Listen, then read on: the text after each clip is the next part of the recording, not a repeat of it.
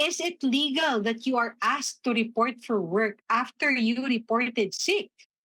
Ang katanungan ba, Mm. Attorney J, ay halimbawa sinabi ko na may sakit ako tapos pinapapasok pa rin ako bukas. Sinabi ko na I'm not feeling well or sinabi ko ngayong umaga na, "Ma'am, ako po ay masama ang pakiramdam." Hindi, kailangan mo pumasok. Parang gano'n yung dating, Attorney J, ng katanungan, Eh. 'no? Ayun, Mm. legal ba? Actually 'di ba kasi saklaw 'to ng labor laws natin, Attorney M, Mm. na Mm. ano, hindi ka dapat kapagka may sakit ka, dapat i-allow ka naman na, ah Hmm.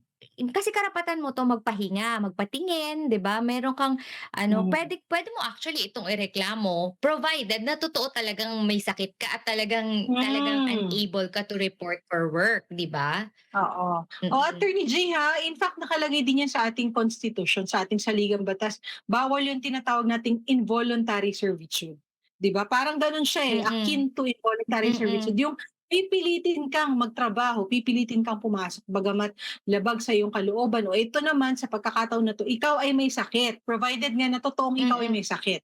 Pero siyempre, 'di Mm. ba, ang policy naman natin sa labor laws natin, no work, no pay unless it's a regular holiday, Mm. 'no? Na ikaw ay, hindi Mm. pumasok. Pero hindi mo rin puwedeng pilitin si employer na ikaw ay swelduhan dun sa araw na yun na ikaw ay absent, oo. Maliban na lang kung halimbawa ikaw ay nag-file ng sick leave, Attorney J, 'di ba, kasi entitled ka naman diyan. Oo. Pero definitely hindi ka Oo. puwedeng pilitin kung ikaw ay totoo namang may Mm. sakit kasi pinagbabawal yan ng ating saligang batas at ng ating labor laws.